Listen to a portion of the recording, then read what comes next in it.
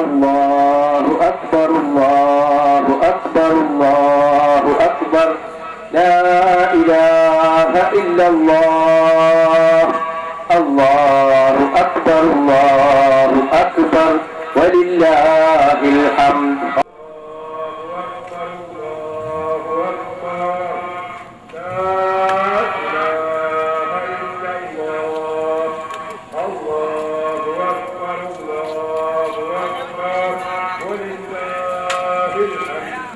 الله أكبر الله أكبر الله أكبر لا إله إلا الله الله أكبر الله أكبر ولله الحمد الله أكبر الله أكبر لا إله إلا الله الله أكبر الله أكبر ولله الحمد الله أكبر الله أكبر الله أكبر لا إله إلا الله الله أكبر الله أكبر ولله الحمد.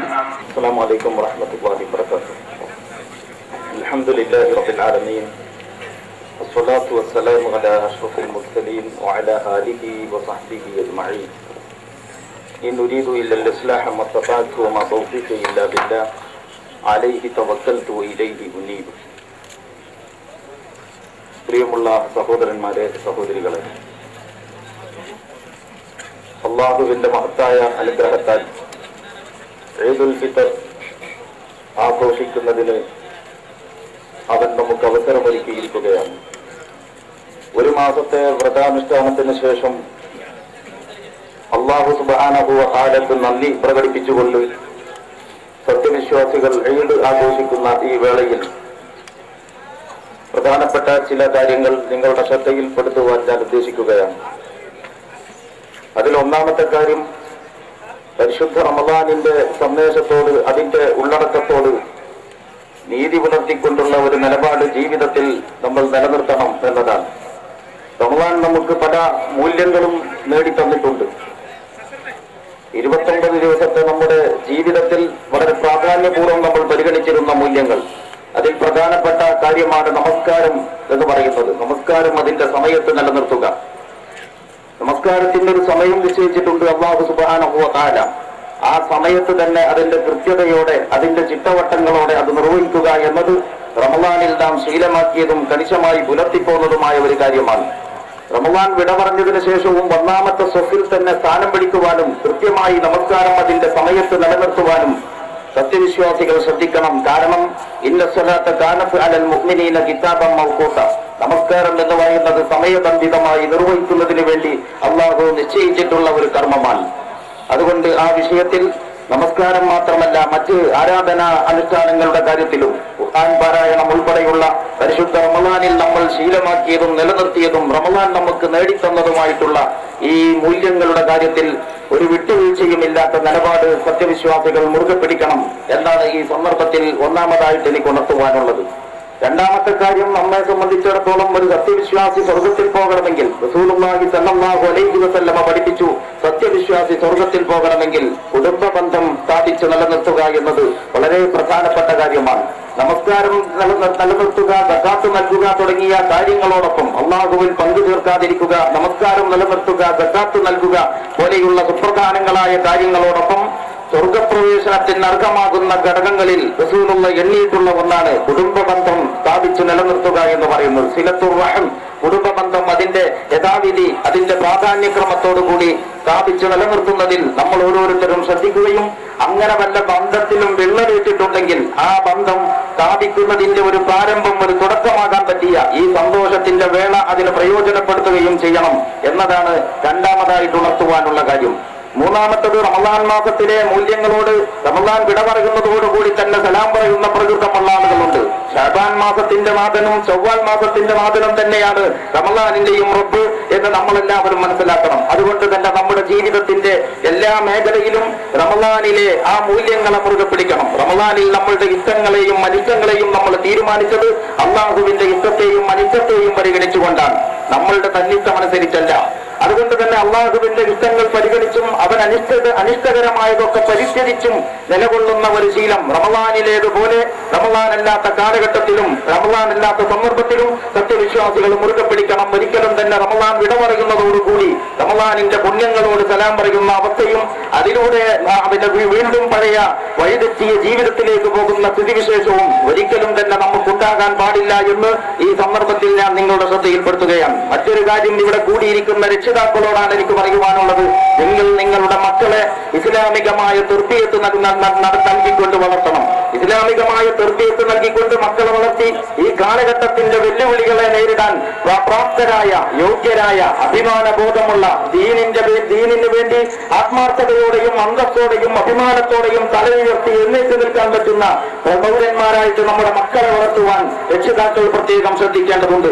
പ്രവാചകൻ സല്ലല്ലാഹു അലൈഹി വസല്ലമയുടെ പരിചരണത്തിൽ വളർന്ന ഉസാമത്ത് ബിൻ സൈദിനെ നിങ്ങൾക്കറിയാം. പ്രമുഖരായ സഹാബിവര്യന്മാരെല്ലാം അണിനിരന്നിട്ടുണ്ടായിരുന്ന സൈന്യത്തിൽ അതിന് നായകത്വം വഹിക്കാൻ ഉസാമത്ത് ബിൻ സൈദിനെ റസൂലുള്ളാഹി സല്ലല്ലാഹു അലൈഹി വസല്ലമക്ക് നിശ്ചയിക്കാൻ സാധിച്ചത് പ്രവാചകൻ സല്ലല്ലാഹു അലൈഹി വസല്ലമയുടെ പാഠശാലയിൽ നിന്ന്, അവിടുത്തെ വീട്ടിൽ നിന്ന്, ആ തിരുമുഖത്തിൽ നിന്ന് അദ്ദേഹം ആർജിച്ചെടുത്ത, അദ്ദേഹത്തിന് നേടിയെടുക്കാൻ സാധിച്ച, അല്ലെങ്കിൽ അദ്ദേഹത്തിന് ഈ സൈദിന് ഉസാമത്ത് പകർന്നു നൽകാൻ സാധിച്ച ആ മൂല്യങ്ങളുടെ ശക്തി കൊണ്ടാണ് എന്ന് നമ്മൾ തിരിച്ചറിയണം. ഇപ്രകാരമുള്ള ഒരു ദൗത്യം രക്ഷിതാക്കളുടെ ചുമലിലുണ്ട് എന്ന കാര്യമാണ് ഈ സന്ദർഭത്തിൽ നിങ്ങളുടെ ശ്രദ്ധയിൽ കൊണ്ടുവരാനുള്ള മറ്റൊരു കാര്യം. അതുപോലെ തന്നെ സഹോദരിമാരോട്, മാതാക്കളോട് പറയുവാനുള്ളത്, നിങ്ങൾ വീടുകളിൽ നിങ്ങളുടെ കുട്ടികൾക്ക് തർബിയത്ത് നൽകുന്നതിൽ സുപ്രധാനമായ ഒരു പങ്ക് ഏൽപ്പിക്കപ്പെട്ടവരാണ്. പ്രവാചകൻ സല്ലല്ലാഹു അലൈഹി വസല്ലമയോട് ഞാൻ ഏറ്റവും കൂടുതൽ കടപ്പെട്ടവർ ആരാണ് ഈ ഭൂമിയിൽ എന്ന റസൂലുള്ളാഹിയുടെ അടുക്കൽ വന്നിട്ട് ഒരു സഹാബി ഒരാൾ ചോദിക്കുമ്പോ അതിന് റസൂലുള്ളാഹി സ്വല്ലല്ലാഹു അലൈഹി വസല്ലമ പറഞ്ഞ മറുപടി നിന്റെ മാതാവ് എന്നാണ്. വീണ്ടും ചോദിച്ചു ആര് എന്ന്, അടുത്ത ആളാരാണ് എന്നാണ് ചോദ്യകർത്താവ് ഉദ്ദേശിച്ചത്. പക്ഷേ റസൂലുള്ളാഹി സ്വല്ലല്ലാഹു അലൈഹി വസല്ലമ അപ്പോഴും ആവർത്തിച്ചു നിന്റെ ഉമ്മ, എന്റെ മാതാവ് എന്ന്. പിന്നെയും ചോദിച്ചു ആരാണ്, അടുത്ത ആളാരാണ്, അപ്പോഴും പറഞ്ഞു. ഇങ്ങനെ 3 തവണ റസൂലുള്ളാഹി സ്വല്ലല്ലാഹു അലൈഹി വസല്ലമ മാതാവ് എന്ന് പറഞ്ഞതിന് ശേഷമാണ് 4ാമത് പിതാവിനെ സംബന്ധിച്ച് പറഞ്ഞത്. പിന്നെ നിന്റെ പിതാവാണ് 4ാമത്തേത് എന്ന്. ഇങ്ങനെ ഒരു സ്ഥാനം സ്ത്രീകൾക്ക് നൽകിയിട്ടുണ്ടെങ്കിൽ ഈ മഹത്വവും ഈ പദവിയും ചില ബാധ്യതകളും നിങ്ങളിൽ ഏൽപ്പിക്കുന്നുണ്ട് എന്ന കാര്യം മനസ്സിലാക്കണം. അതായത് കുട്ടികളെ നേരത്തെ തർബിയത്ത് നൽകി സംസ്കരിച്ച് വളർത്തിക്കൊണ്ടുവരുന്നതിൽ, ആ കുരുന്ന് പ്രായത്തിൽ തന്നെ ഇസ്ലാമികമായ മൂല്യങ്ങൾ അവരിൽ കരുപ്പിടിപ്പിച്ചു കൊണ്ടുവരുന്നതിൽ മാതാക്കൾക്ക് വലിയ പങ്ക് വഹിക്കാൻ കഴിയും എന്ന് മനസ്സിലാക്കിക്കൊണ്ട് ഉണർന്ന് പ്രവർത്തിക്കുവാൻ മാതാക്കൾ മുന്നോട്ട് വരണം എന്നതാണ് മറ്റൊരു കാര്യം ശ്രദ്ധയിൽപ്പെടുത്തുവാനുള്ളത്. യുവസമൂഹത്തെ സംബന്ധിച്ചിടത്തോളം യുവാക്കൾ ഏതൊരു സമൂഹത്തിന്റെയും അതിന്റെ നട്ടെല്ലാണ് യുവാക്കൾ എന്ന് നമുക്കറിയാം. ലോകത്ത് ഇസ്ലാമിക സമൂഹം പലവിധത്തിലുള്ള വെല്ലുവിളികളും നേരിട്ടുകൊണ്ടിരിക്കുന്ന ഈ ഘട്ടത്തിൽ ഇസ്ലാമിക സമൂഹത്തിന് വേണ്ടി അഭിമാനത്തോടുകൂടി അന്തസ്സോടുകൂടി തലയുയർത്തി എഴുന്നേറ്റ് നിൽക്കാൻ പറ്റുന്ന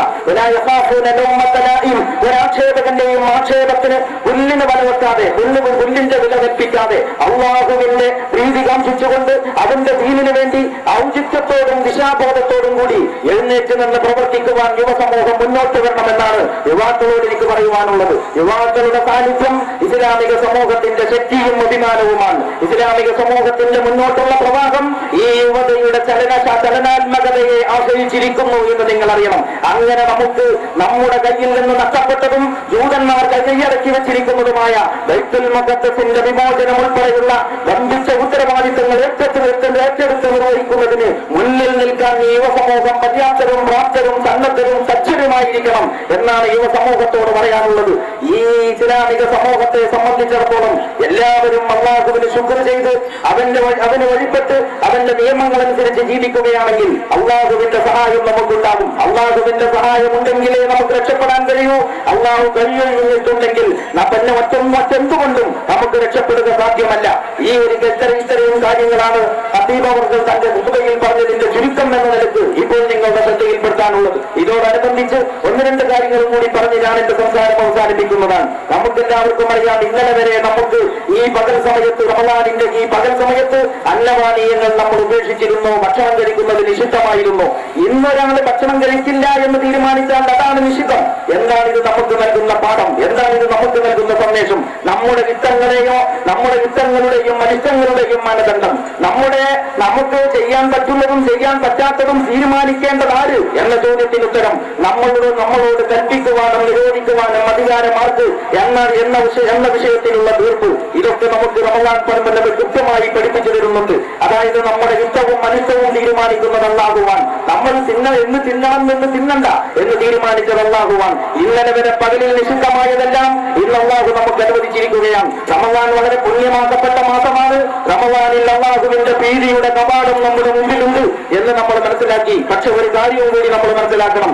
ഈ ശവ്വാലിലെ ഒന്നാമത്തെ ഈ ദിവസത്തിൽ ഈദ് ആഘോഷിക്കുമ്പോൾ ഈദ് ആഘോഷത്തിന് ഇസ്ലാം വെച്ചിട്ടുള്ള നിബന്ധനകളും നിർദ്ദേശങ്ങളും അതിന്റെ മാന്യതയും പരിഗണിച്ചുകൊണ്ടും അതെല്ലാം പാലിച്ചുകൊണ്ടുമാണ് നമ്മൾ ഈദ് ആഘോഷിക്കുന്നതെങ്കിൽ നോമ്പ് പോലെ തന്നെ റമദാൻ പോലെ തന്നെ പുണ്യമാണ് ഈദും എന്ന് നമ്മൾ മനസ്സിലാക്കേണ്ടതുണ്ട്. റമദാൻ പോലെ തന്നെ പുണ്യമാണ് ഈദും എന്ന് പറഞ്ഞാൽ നമ്മൾ ഇന്നലെ വരെ അങ്ങനെ നമ്മുടെ ഒരു ജീവിതത്തെ അങ്ങനെ ക്രമീകരിച്ചത്, ഇന്ന് നമ്മുടെ ജീവിതം ഇപ്രകാരമായിരിക്കണം എന്ന് നിശ്ചയിച്ചത് ഇത് രാജാതിരാജനായ റബ്ബാണ്. അവന്റെ യുദ്ധത്തിന് നമ്മുടെ യുദ്ധത്തെ നമ്മൾ മാറ്റി രൂപപ്പെടുത്തി അതിന് പാകപ്പെടുത്തി എടുത്തിരിക്കുകയാണ്. നമ്മളോട് അരുത്, അല്ലെങ്കിൽ അങ്ങനെ വേണം, അല്ലെങ്കിൽ വേണ്ട, ചെയ്യണം, ചെയ്യണ്ട, ഇത് കൽപ്പിക്കുവാനുള്ള അധികാരം, സ്വതന്ത്രമായ അധികാരം നമ്മൾ അല്ലാഹുവിനെ വകവെച്ചു കൊടുത്തിരിക്കുകയാണ്. ഇത് നമ്മുടെ ജീവിതത്തിലെ ഒരു വലിയ പാഠമാണ്. താത്വികമായ ഒരു പാഠമല്ല, പ്രായോഗികമായ ഒരു അനുഭവമാണ്. അല്ലാഹുവിന്റെ യുദ്ധത്തിന് വണങ്ങി അവന്റെ നിയമത്തിന് വിധേയമായി അവന്റെ കൽപ്പനകൾക്ക് വഴിപ്പെട്ട് അവന്റെ വഴിയെ ജീവിക്കുവാനുള്ള മാർഗം, ആ മാർഗമാണ് അവൻ നമ്മെ ശീലിപ്പിച്ചത്. ആ മാർഗത്തിൽ നിന്ന് നമ്മൾ വ്യതിചലിച്ചു എന്നതാണ് നമ്മുടെ സമൂഹത്തിന്റെ അന്തസ്സും അഭിമാനവും ഇല്ലാതായി പോയതിന്റെ കാരണം എന്ന് നമ്മൾ മനസ്സിലാക്കേണ്ടതുണ്ട്. അല്ലാഹു സുബ്ഹാനഹു വ തആല വിശുദ്ധ ഖുർആനിൽ അങ്ങനെ ഒരു താക്കീത് നൽകിയിട്ടുണ്ട്. എന്റെ മാർഗത്തിൽ നിന്ന്, ഉദ്ബോധനത്തിൽ നിന്ന്, സന്ദേശത്തിൽ നിന്ന് ആര് വിമുഖത കാണിക്കുന്നുവോ, പിന്തിരിയുന്നുവോ, അവർക്ക് മഈശത്തുള്ളങ്ക, പുതുസായ ജീവിതമേ ഉണ്ടാവുകയുള്ളൂ. നാൽക്കവലകളിലും നടുറോട്ടിലും നാട്ടിൻപുറങ്ങളിലും നായ്ക്കളപ്പോലും നാണിപ്പിക്കുമാറ് ഒരു സമുദായം ഒന്നടങ്കം പീഡിപ്പിക്കപ്പെടുകയും അടിച്ചമർത്തപ്പെടുകയും ആട്ടിയകറ്റപ്പെടുകയും ചെയ്യുന്നതെങ്കിൽ അതിന്റെ കാരണം പടച്ച തമ്പുരാൻ കൈവിട്ടതാണ് എന്ന് നമ്മൾ തിരിച്ചറിയണം. അതുകൊണ്ട് അല്ലാഹുവിലേക്ക് ഖേദിച്ചു മടങ്ങുക. അല്ലാഹുവിലേക്ക് ഖേദിച്ചു മടങ്ങുക എന്ന് പറയുമ്പോൾ അല്ലാഹുവിന് ആരാധന നൽകിയാൽ പോരാ, അല്ലാഹുവിന് അനുസരിച്ച് ജീവിക്കലാണ് പ്രധാനം. അല്ലാഹുവിനെ ആരാധിക്കുന്നതിനേക്കാൾ പ്രധാനമാണ് അല്ലാഹുവിനെ അനുസരിച്ച് ജീവിക്കുക എന്ന് പറയുന്നത്.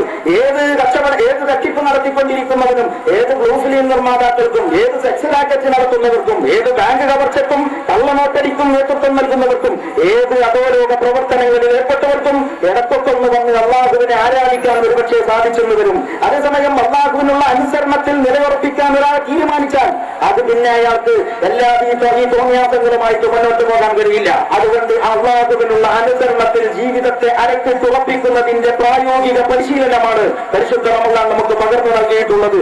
അതിൽ നിന്ന് വ്യതിചലിച്ചാൽ നമ്മുടെ ശക്തി ചോർന്നു പോകും. അതിൽ നമ്മൾ അടിയുറച്ചു നിൽക്കുമ്പോഴോ നമ്മൾ ലോകത്ത് തുല്യതയില്ലാത്ത ശക്തിയുള്ളവരായി മാറും. അങ്ങനെ ചെറിയ സംഘം വലിയ സംഘത്തെ അതിജയിക്കും. മൂസാ നബി അലൈഹിസ്സലാമിന്റെ കയ്യിലെ അത്ഭുത സിദ്ധിയുള്ള വടി പോലെ മുസ്ലിം സമൂഹം ലോകത്തിന്റെ മുമ്പിൽ തലയുയർത്തി നിൽക്കുകയും വിജയശ്രീലാളിതരാവുകയും ചെയ്യും.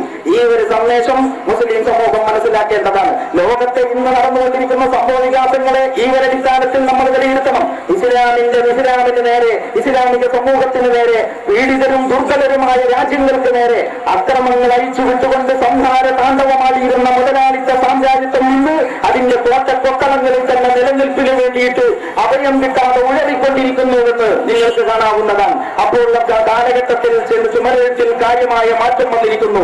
ഇന്ന് നമുക്ക് നൽകുന്ന അന്തരീക്ഷം, നമുക്ക് ഇന്ന് നൽകുന്ന ഇത്തരം സന്ദേശങ്ങൾ നമ്മുടേതുപോലെയുള്ള ആളുകൾക്ക് ഉത്തരവാദിത്വം വർദ്ധിപ്പിക്കുന്നു എന്ന് നിങ്ങൾ മനസ്സിലാക്കണം. അതുപോലെ തന്നെ ജനങ്ങളെ ഏകാധിപതികളാക്കി, ജനങ്ങളെ അടക്കി ഭരിച്ച് എന്റെ നാവാണ് നിയമം എന്ന മട്ടിൽ അഴിഞ്ഞാടിയിരുന്ന ഏകാധിപതികളിൽ അഭയം തേടി അന്യദേശങ്ങളിലേക്ക് പലായനം നടത്തിക്കൊണ്ടിരിക്കുന്ന കാഴ്ചയാണ് ഏതാനും മാസങ്ങളായിട്ട് നമ്മൾ കണ്ടുകൊണ്ടിരിക്കുന്നത്. അപ്പോൾ സാമ്രാജ്യത്വ മുതലാളിത്തത്തിനേറ്റ കനത്ത തിരിച്ചടി, ഏകാധിപതികൾ നേരിട്ടുകൊണ്ടിരിക്കുന്ന ഈ അഭയമില്ലാത്ത അവസ്ഥ, അതുപോലെയുള്ള ഈ സ്ഥിതി സ്ഥിതിവിശേഷം മാറ്റം ആഗ്രഹിക്കുന്ന ആളുകളെ സംബന്ധിച്ചിടത്തോളം പ്രതീക്ഷ നൽകുന്നതാണ്. അള്ളാഹുവിന്റെ ദീനിന്റെ അടിസ്ഥാനത്തിൽ, അവനുള്ള അടിമത്തത്തിന്റെ അടിസ്ഥാനത്തിൽ, അവന്റെ മാർഗദർശനത്തിന്റെ അടിസ്ഥാനത്തിൽ സമൂഹത്തെ, ലോകത്തെ മാറ്റിപ്പണിയാൻ ആഗ്രഹിക്കുന്നവർക്ക് അനുകൂലമായ സാഹചര്യങ്ങൾ ഒരുങ്ങി വരുന്നു എന്ന് ഈ സംഭവങ്ങൾ നിരീക്ഷിക്കുമ്പോൾ നിങ്ങൾക്ക് ബോധ്യപ്പെടും. അതുകൊണ്ട് അള്ളാഹുവിന് വഴിപ്പെടുക, അവന്റെ നിയമങ്ങളെ പാലിക്കുക.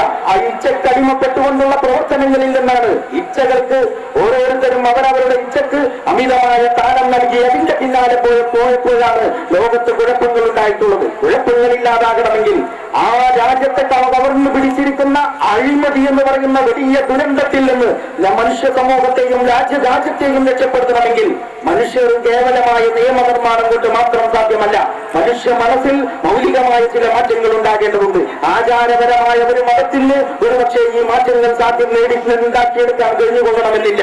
അതേസമയം ഇസ്ലാമിക സമൂഹത്തിന് അതിനാകും എന്നതിന് ചരിത്രം സാക്ഷിയാണ്. നമ്മൾ ഉദ്ദേശിക്കുന്ന മാറ്റം സമൂലമായ മാറ്റമാണ്. വ്യക്തിയിൽ നിന്ന് തുടങ്ങി കുടുംബത്തിലൂടെ മുന്നേറി സമൂഹത്തെ മൊത്തം അത് വരിഞ്ഞു മുറുക്കി നിർത്തുന്നു എന്ന് മാത്രമല്ല, ഒരു രാഷ്ട്ര സംവിധാനത്തെയും അത് മുന്നോട്ട് വെക്കുന്നു. അങ്ങനെ സമ്പൂർണമായ ഒരു ബദൽ ജീവിത രീതി കൈവശമുള്ള മുസ്ലിം സമൂഹം മറ്റുള്ള എല്ലാ ജാഹിലിയത്തുകളുടെയും പിന്നാലെ പോവുകയും വഴികേടുകൾക്ക് കൂട്ടിക്കൊടുപ്പുകാരാവുകയും അങ്ങനെ ഓച്ചാനിച്ചു നിൽക്കുകയും ചെയ്തതിന്റെ ഫലമാണ് ലോകത്തിന് എല്ലായിടത്തും സർവത്ര അരാജകത്വം നിറഞ്ഞത് എന്ന് നമ്മൾ മനസ്സിലാക്കേണ്ടതാണ്. നമ്മുടെ ഉത്തരവാദിത്വം നിർവഹിക്കുവാൻ നാം ധൈര്യപൂർവ്വം മുന്നോട്ട് വരുന്നുവെങ്കിൽ അതിനനുകൂലമായ സാഹചര്യം ഉണ്ടാക്കി തന്ന് നമ്മെ സഹായിക്കുവാൻ അല്ലാഹു സുബ്ഹാനഹു വ തആല പ്രതിജ്ഞാബദ്ധമാണ് എന്ന് വിശുദ്ധ ഖുർആൻ നമുക്ക് വാക്ക് നൽകുന്നുണ്ട്. ഇൻ തൻസുറുല്ലാഹ യൻസുറുകും വയുസബ്ബിത് അഖ്ദാമകും. നിങ്ങൾ അല്ലാഹുവിനെ സഹായിക്കുന്ന പക്ഷം അല്ലാഹു നിങ്ങളെയും സഹായിക്കും. അല്ലാഹുവിനെ സഹായിക്കുക എന്ന് പറഞ്ഞാൽ അല്ലാഹുവിന്റെ ദീനനുസരിച്ച് ജീവിക്കുക.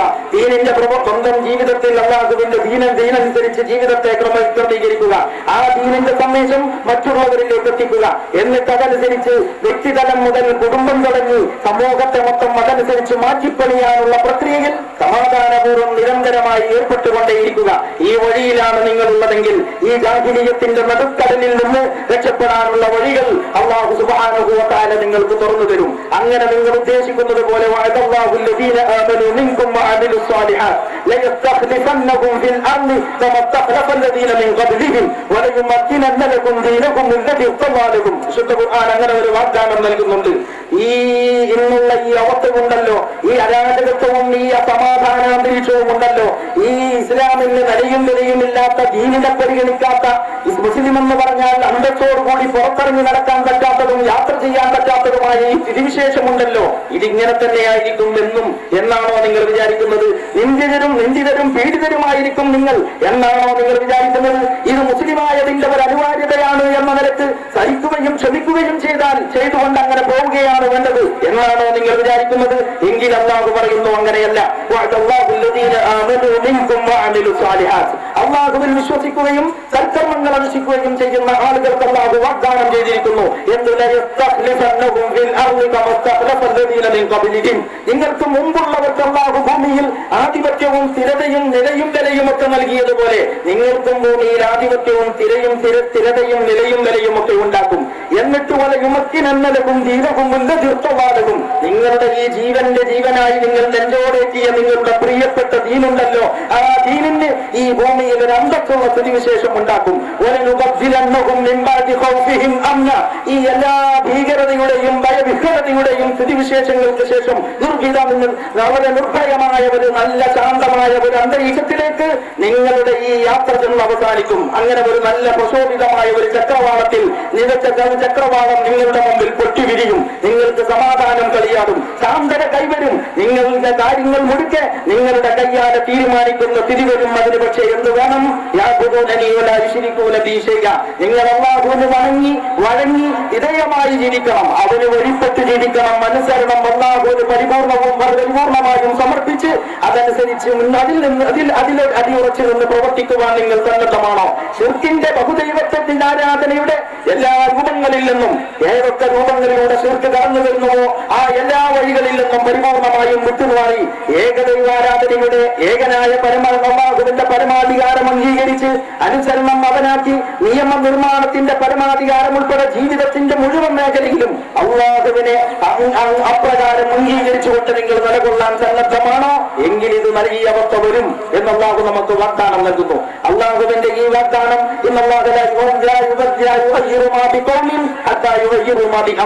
ഒരു ജനതയെ അങ്ങനെ വന്ന് അടിമുടി എടുത്തു മാറ്റി പൂർവ്വത്തിന് വേറൊരു അവസ്ഥയിലേക്ക് കൊണ്ടുപോകുക ഇത് അല്ലാഹു അങ്ങനെ ഏറ്റെടുത്തിട്ടില്ല. അല്ലാഹു സുബ്ഹാനഹു വ തആലയുടെ ശിക്ഷ എന്ന് പറയുന്നത് നിങ്ങൾ അല്ലാഹുവിന്റെ ദീനിനെ സഹായിക്കാൻ സന്നദ്ധമാവുകയും നിങ്ങൾ സ്വയം മാറാൻ തയ്യാറായി മുന്നോട്ട് വരികയും ചെയ്യുകയാണെങ്കിൽ നിങ്ങളുടെ കരങ്ങൾക്ക് അവൻ ശക്തി നൽകും. അങ്ങനെ അല്ലാഹുവിന്റെ നടപടിക്രമങ്ങൾ വരെ അവൻ മാറ്റിവെക്കും. എന്നിട്ട് കത്തിയാളുന്ന തീകുണ്ടത്തിൽ സുസ്മേരവദനായി ഇബ്രാഹിം നബി അലൈഹിസ്സലാം നിന്നതുപോലെ അടച്ചാർച്ചു ഒഴുകുന്ന മഹാപ്രവാഹത്തിന്റെ മുന്നിൽ അതിനെ നിശ്ചയമാക്കിക്കൊണ്ട് മൂസാ നബി അലൈഹിസ്സലാം കടന്നുപോയതുപോലെ വലിയ വലിയ ബ്രഹ്മൻ സ്വാബുകളുടെയും വലിയ വലിയ ജാഹിലിയ്യത്തിന്റെ വലിയ കേന്ദ്രങ്ങളുടെയും മുമ്പിൽ മുഹമ്മദ് മുസ്തഫ സല്ലല്ലാഹു അലൈഹി വസല്ലം വളരെ പുഞ്ചിരി തൂകുന്ന മുഖത്തോടുകൂടി മക്കയിലേക്ക് വിജയിച്ചടക്കി തിരിച്ചു വന്നതുപോലെ നിങ്ങൾക്ക് സാഹചര്യം അല്ലാഹു ഒരുക്കി തരും. അതുകൊണ്ട് നമുക്ക് വലിയ ബാധ്യതയുണ്ട്. നമ്മൾ ഇസ്ലാമിന്റെ ആചാരപരമായ ചില കാര്യങ്ങളിൽ അനുഷ്ഠിച്ച് ഒതുങ്ങി അങ്ങനെ കൂടേണ്ടവരല്ല.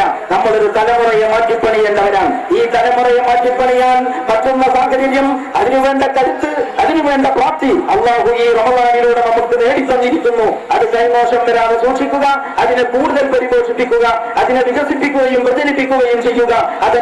അതനുസരിച്ച് കർമ്മരംഗത്ത് നിലകൊള്ളുക.